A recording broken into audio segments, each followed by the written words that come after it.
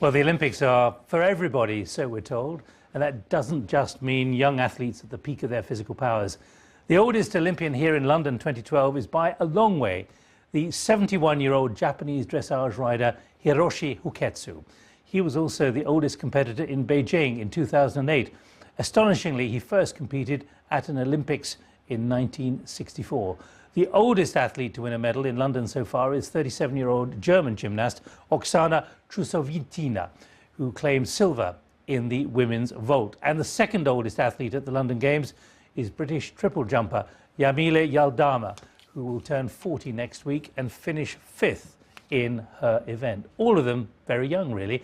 But at the World Masters Games, they would be mere spring chickens. The International Masters Games Association organises an Olympic Games equivalent for mature athletes aged 35 to literally more than 100 years old. Let's sample the spirit of these games, the Masters Games. I'm joined by the CEO of the International Masters Games Association, Jens Holm. Jens, first of all, the principles of what you do and how you do it. Well, the principle is that we support the sport for all philosophy of the Olympic movement. So what we try, or what we do, is that we invite everyone to come and compete. Literally everyone? Everyone. And how many did you have at the last Games? 27,000 in Sydney. 27,000? Yes, which is more than twice as many athletes as here. So what's the principle behind this? Well, the principle is that there is a big part of the Olympic charter that supports sport for all, and therefore we put these games on for everyone who's over 35 so they can go and compete and experience a similar event as the Olympic Games. How do you finance it?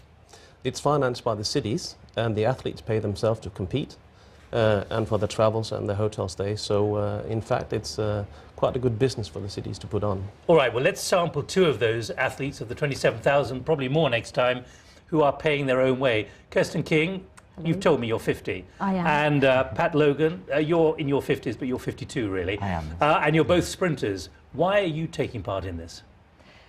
For me, I'll speak first. For me, it's just a continuation. Always been interested in sport. Grew up with sport in my family. Always been a sprinter? Always been. I started off with multi-events, which I always think is a very good thing to do anyway. But gravitated as I got older. Didn't have the time for training. You kind of gravitate to what you're best at, and that ended up being sprinting for me. Personal best 11.9 in the 100 metres. Yes, correct. That's before I had children and got married. So what will you do it in now? My best as a mature master athlete is 12.73, and I did when that you're 70, what will you be doing? Probably sitting at home enjoying the grandchildren. You're allowed to race until you're 100, though, according to the principle. I can't see myself. Pat, what about you? You've been sprinting for what, more than 20 years. What about your performance? It's nearly 30 years now, and I'm fortunate in that I started off quite well, but then plateaued, and I've managed to go faster now than I was in my 20s. So in my 40s I did a personal best, 11.43, and I'm quite close to that now. And that's for 100 metres? Yes. And Usain Bolt did it in 9.63? He did it a lot faster, yes.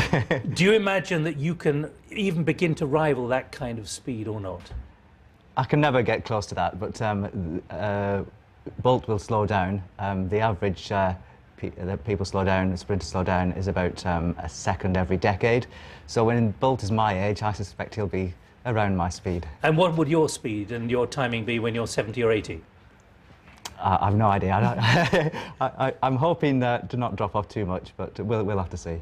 Now, look, let me talk about the broader principle, though. The idea that you as athletes and the athletes, the 27,000, presumably more next time, Jens, what are you trying to show here of what is possible for older athletes? Well, we are trying to show that sport really is for life, and you can compete and have fun with sport throughout your entire life. But what about the value of competition? People can enjoy sport, they don't have to compete. Oh, absolutely, and that's what we equally encourage. That's why there are no qualification criteria, and some people come for the festive atmosphere that is available, that is at the Games, and some people come solely to win. Kirsten and Pat, though, when you turn up, anyone can turn up. I mean, you could have a day or two of just heats for 100 metres. Is that what you've experienced? Not really, no, because... But that's what Jens tells me. He says anyone who turns up, they'll just have heat after heat after heat. We do have heats. The most I've ever been involved with has been 5 heats. and then it goes straight through.